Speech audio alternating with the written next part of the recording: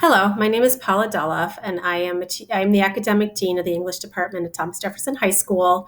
And this is part two of a two-part video series that deals with the questions 16 through 30 on the CRC section of the test.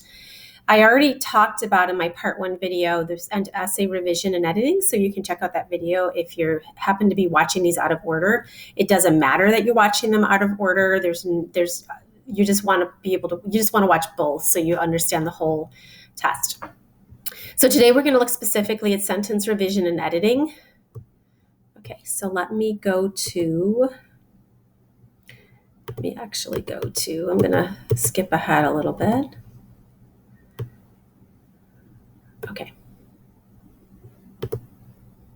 Okay, so this is going to be questions 20 through 30 on the test. So the first 15 are reading, 16 through 19 are essay revision, and 20 through 30 are going to be questions where they're sentence level editing questions. The skills covered, this is the same slide. If you watch my part one video, it's the exact same slide as before. I just put it in two different places just because I think the content in it's really important and I wanted to remember to talk about it in both videos. Each one of these, if you can look at the slideshow, links to sort of an instructional, and these are more student-centered. Obviously, the slideshows that I'm making for teachers are talking to teachers, that the language I use is for people that are instructing the TSI intervention. These are written as things that you could use in your class. And I'll link them below in the description, but they're also in the actual Canvas course. So I'll show you where to find all that stuff at the end when we look at the Canvas course. But each one of these is a slideshow. So if you wanted to use them in intervention, if you wanted to use them in your Tier 1 instruction and English class, you could use any of these. Okay. All right. So I'm just going to go through sample questions. And if you want to be like, I'm going to send myself away because these are going to be some slides with a lot of text on them. If you want to be sitting there saying, I'm going to test along with you, you can always pause it, read it, choose your answers, and then move on and unpause the video and see if you're right. But I'm not going to spend a ton of time because I am not testing your English skills. You are English teachers. I'm just showing you the types of questions. Okay. So this is a comma splice error question. So the way that the questions work is the underlined portion, and they do have instructions at the beginning of the questions, and the instructions tell the students that what to do. They also say the important thing, which is choice A is always the option not to change it. So rather than on some tests where it'll say no change, like I think it says that maybe on STAR sometimes, and I think it definitely might on the SAT, it just repeats the exact same thing. So you're not seeing double. I mean, you are seeing double, but you're seeing double in an intentional way. So the choice A always is, I'm going to keep it the same. I think it's great the way it is. And the other choices, of course, will give alternate options. So one skill that they absolutely love to test is comma splice errors. So does STAR. So does what's the other one? SAT. They love to test this, and it's a skill that, as you probably know, that a lot of students struggle with. They mash sentences together without any kind of thought as to proper punctuation. So this is a skill that I think has to be explicitly taught. I think you have to explicitly teach them, this is what a main clause is. This is what it means to stand alone as a sentence, and you cannot join them with just a comma. You need to have a fanboy in there. You need to have different types of punctuation, or you need to do some subordination, which is the correct choice to this one is going to be D. And they actually take this clause and subordinate it. This first one, the underlined part, gets subordinated into a main clause. So the main clause is children do not tend to adopt their parents' values is the main clause, and this becomes who are taught by precept rather than example is your subordinate clause. Do you need to have that depth of understanding to get the question right? Not necessarily. If you look at this and say, I know this isn't right because it's a comma splice error and D sounds the best. They may not know why D sounds the best. They may not know the intentional choices that the writer made, but they can go by instinct, which sometimes helps. But I would definitely teach them why comma splice errors are wrong. Dangling modifier, probably something that a mistake that most students don't see.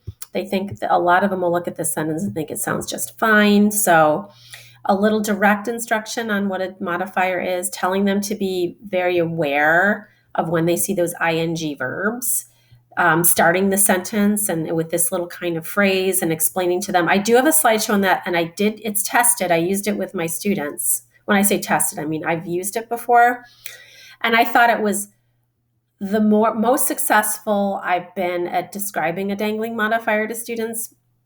And the students who were in class that day really got it. So hopefully you might find that slideshow helpful if you decide to tackle this skill. There will be one or two of these on the test. So this one, the first one, comma splice, I think is a really universal that hits every part of the test. This will be one or two questions. So if the students don't get it, it doesn't mean they can't be successful in the TSI. So the correct one would be C, because this has to be, they have to change the main clause. So this is modifying student. Okay, pronoun agreement. I don't know why pronoun agreement. If you look at the sample packet, there are 4 questions. I think that is a lot for one skill. Like out of the 11 questions, 4 of them are agreement. I think that's really interesting. Another thing I want to mention about the pronoun agreement is that they tend to avoid gendered pronouns, which I think is great. So you're not going to see Johnny agreeing with he. You're not going to see the everyone is entitled to his own opinion. You're not going to see those kinds of questions. You're typically going to see something like this, which is a proper noun, a place, Charleston, South Carolina, agreeing with its. That's where they're going to be picking their mistakes.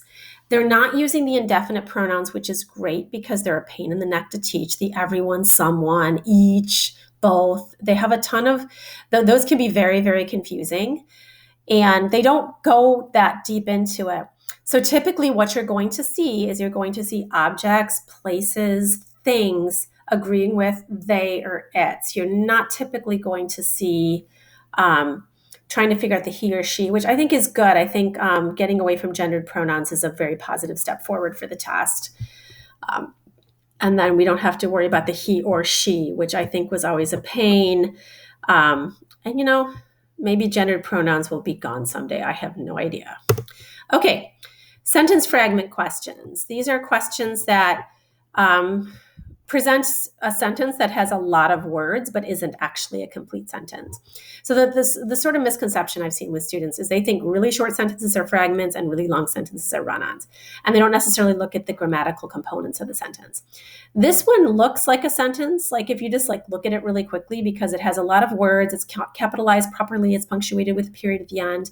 But if you read it, it does have that incomplete sound to it. Classes that are hands-on and which are popular with students, when you read it, you don't see a sense of subject verb. You don't see a sense of completion.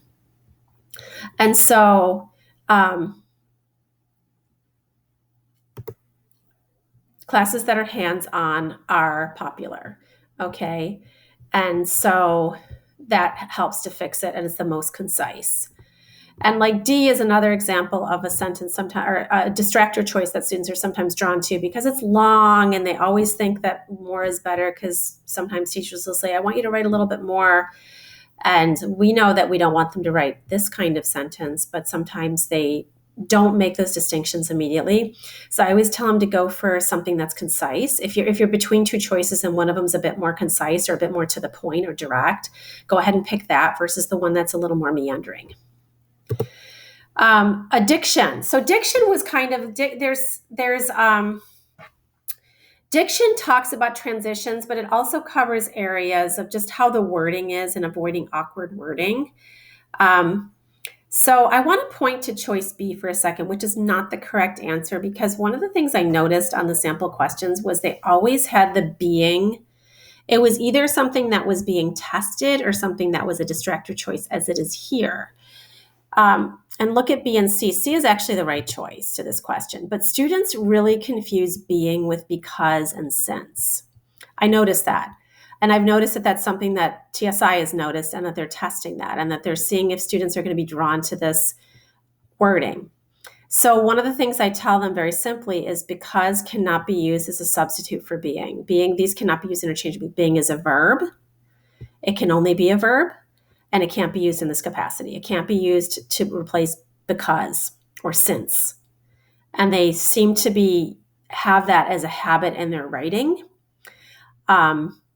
So that's one thing that and that's when I talk about these simple tricks with TSI, like that's something that I don't think is going to be super hard to communicate to them, but it could mean they get 2 questions right that they didn't get right before, because they now understand that I shouldn't be using this in the beginning of the sentence this way. I should be using this only with, like, he is being a jerk. That's the only way I can really use the word being, versus using it to connect ideas or using it to start sentences. So if you can kind of communicate that right there, they could get 1 or 2 questions right that they didn't get right before. And that could be the difference for some kids. That could be the difference between passing or not passing. Some of these kids are really close. They're to 940.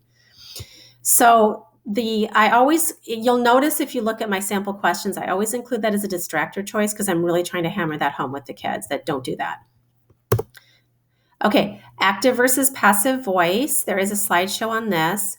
On the sample questions, this skill was not tested directly on the sample questions, but I just have a hard time believing that they won't include this. So, and if you're also thinking like, well, why should I, if it's not going to be in the TSI, it probably will be on the SAT. It's going to help the students to know this. So if you have the time to go over active versus passive voice, it's a good idea. That's what a question would look like. So, the next one is parallelism.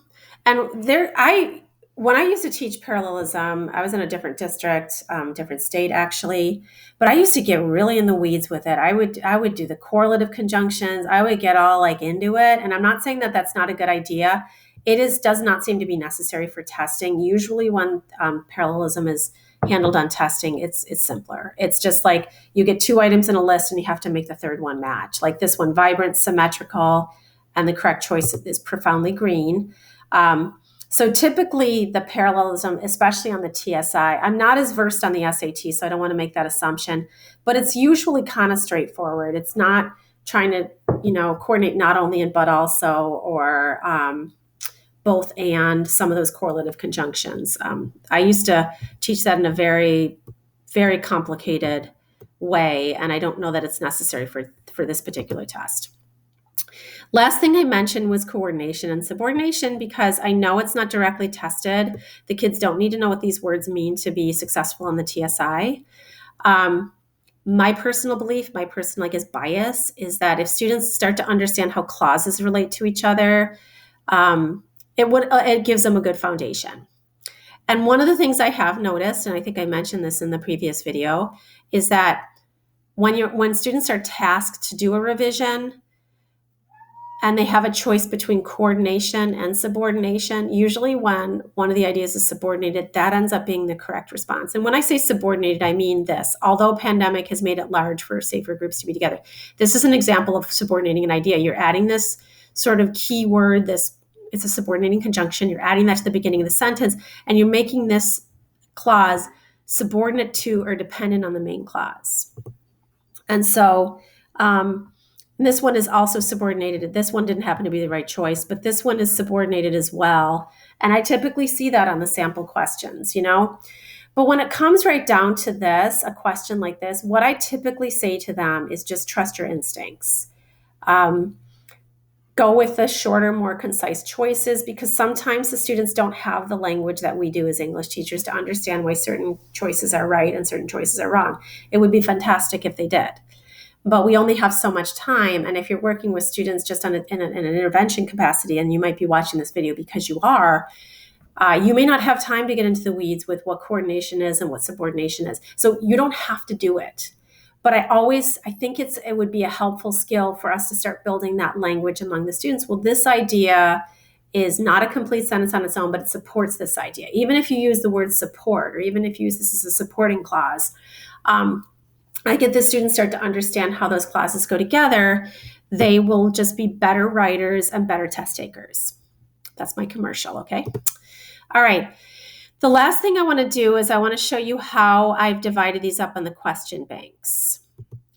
So rather than having the question banks for the writing multiple choice, rather than having a comma splice category, a sentence fragment category, a parallelism category, I lumped them together in this one called clear and correct sentences. So those are going to be included in that.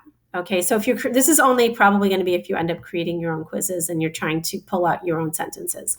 So those are going to be categorized in that. Transitional words and phrases, the incorrect use of being, I talked about, and incorrectly, a lot of times people or students will use however and although interchangeably, and you're not supposed to do that. So that will be these questions here. And there's, of course, your essay revision questions, which I covered on the last video. So this is what the question banks look like. Pronoun agreement and pronoun usage is one category, and the dangling modifier is its own category. I didn't really see where that, I wanted that to be a separate skill to be tested. So that's how the question banks are set up. I have a separate video on how to use the question banks to create your own quizzes. So check that out if you're interested. If you don't want it, you can use the pre-made ones that I did, but if you're like, I need more, or I want my own, I want to see what else is out there, you can take a look at the question banks. And again, I have a separate video on that shows you how to use the question banks. Okay, I think that's all for, that is all for now. Again,